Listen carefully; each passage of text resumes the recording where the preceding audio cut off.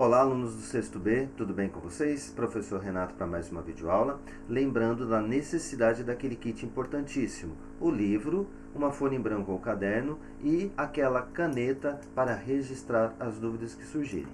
Combinado? Então, enquanto vocês pegam o nosso kit de sobrevivência, eu vou abrir nossa aula de hoje.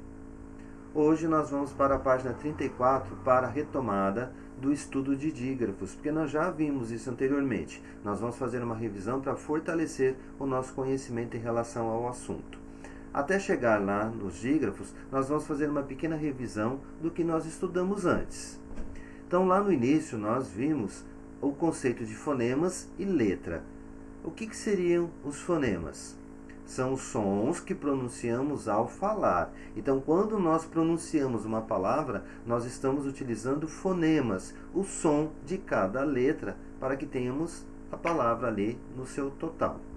E já o que são as letras? As letras são a representação gráfica ou símbolos daquilo que nós escrevemos. Ou seja, então a letra é a representação gráfica, aquele símbolo que nós desenhamos ao escrever uma palavra. E fonemas são os sons que nós pronunciamos ao dizer cada letra. Certo? Então isso nós já vimos lá no passado, é apenas uma revisão para que nós possamos entender o que é dígrafo. Então aqui nós temos alguns exemplos. Na palavra mata, eu tenho 4 letras, M, A, T e o A.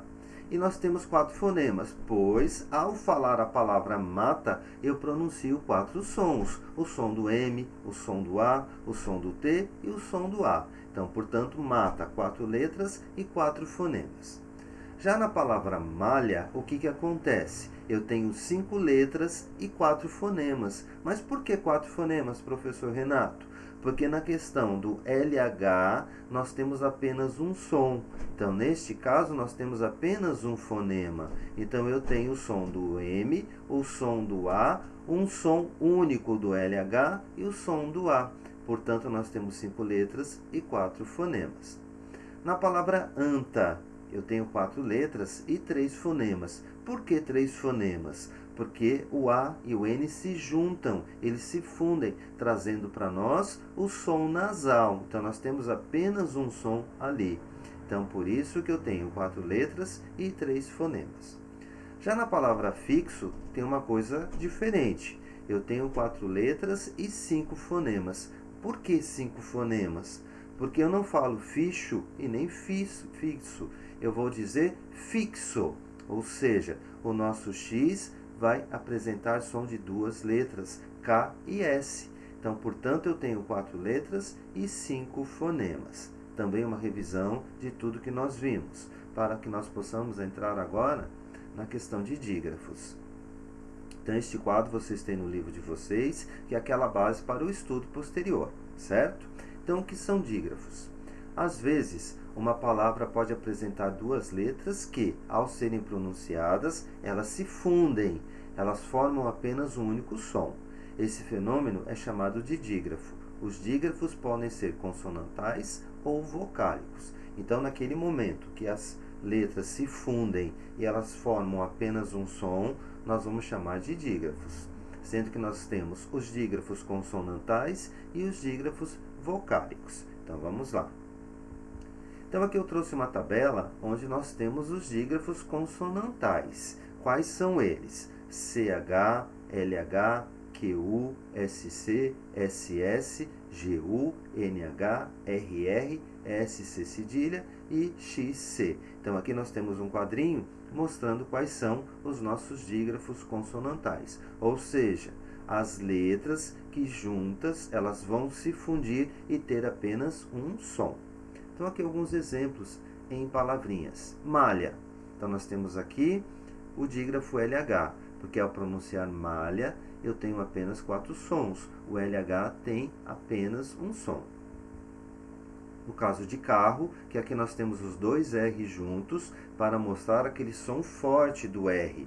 Caso não tivesse a presença de um deles, nós teríamos a palavra caro.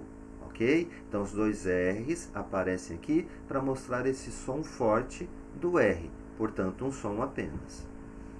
Na palavra guitarra, nós temos dois dígrafos, o GU e os dois R's. Ninguém fala guitarra, não é? Nós falamos guitarra. GU tem apenas um som. E os dois R's, como nós já vimos em carro.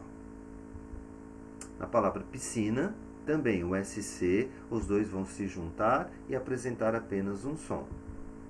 Na palavra ninho, o NH, que tem apenas um som. Na palavra querida, que também tem a junção do Q e o U, representando um som apenas. Ninguém fala querida. E na palavra pássaro, que também aparecem os dois S's apenas com som. Ok? Então, quando as letrinhas se juntarem, elas se fundirem e apresentar apenas um som, é o que nós chamamos de dígrafo. Agora nós vamos ter uma atenção especial em quê? Na separação silábica. Alguns dígrafos permanecem na mesma sílaba. Em outros casos, nós temos a separação em sílabas separadas, que é o caso do SS na palavra pássaro. Então, vocês se lembram lá no início, quando vocês estavam aprendendo a separar as sílabas, que a professora dizia, um S fica com uma vogal e o S vai ficar com a outra, porque eles vão se separar na nossa separação silábica. No caso de piscina, também há uma separação. E no NH não podemos separar. Na palavra carro é o mesmo caso dos dois S's. Um R permanece com uma vogal e o outro com a outra vogal. Certo? Então, sendo assim, não se separam. Quais dígrafos que não são separados? O LH, o CH, NH, GU, QU. Ok? Então, vamos lá?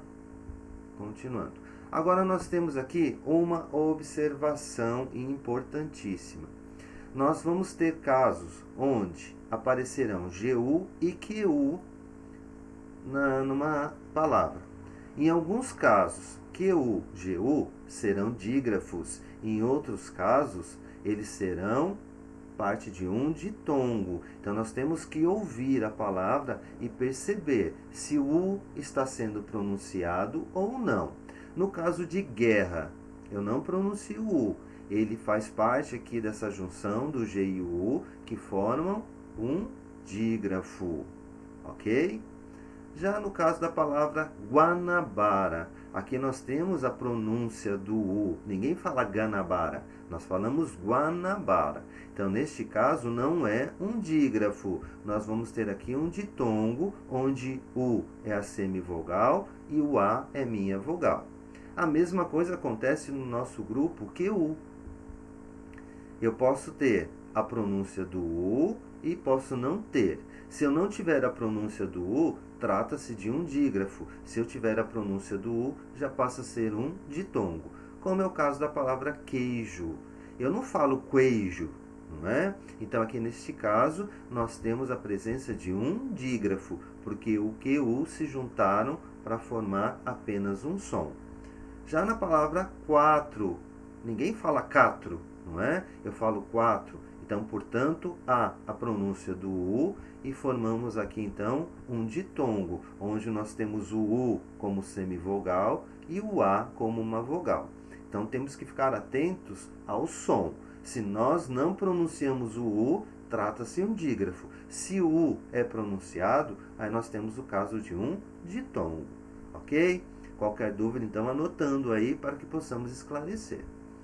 Então, nós temos aqui letras e fonemas. Então, nós vimos os nossos grupos de dígrafos consonantais. CH, LH, NH, RR, SC, SC cedilha, SS, XC, GU e QU.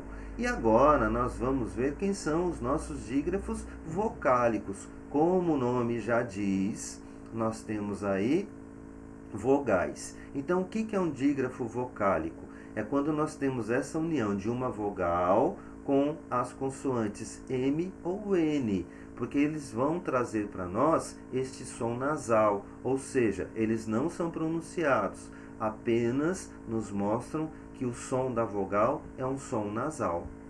Então, aqui alguns exemplos. A M, então nós temos as palavrinhas tampa, rampa, bamba, campo. Então, como esse som do A, ele saísse pelo nariz, que é o que nós chamamos de som nasal. Então, eles não terão uma pronúncia, as consoantes MN. Elas simplesmente vão mostrar que a nossa vogal tem o som nasal.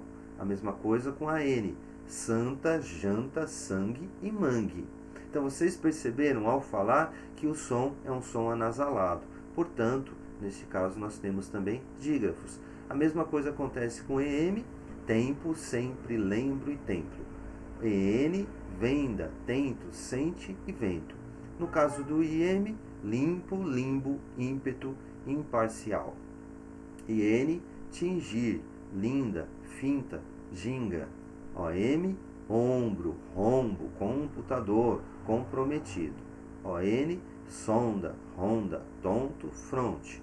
O M, jejum, nenhum, tumba, cumprir. E o N, mundo, fundo, nunca e sunga.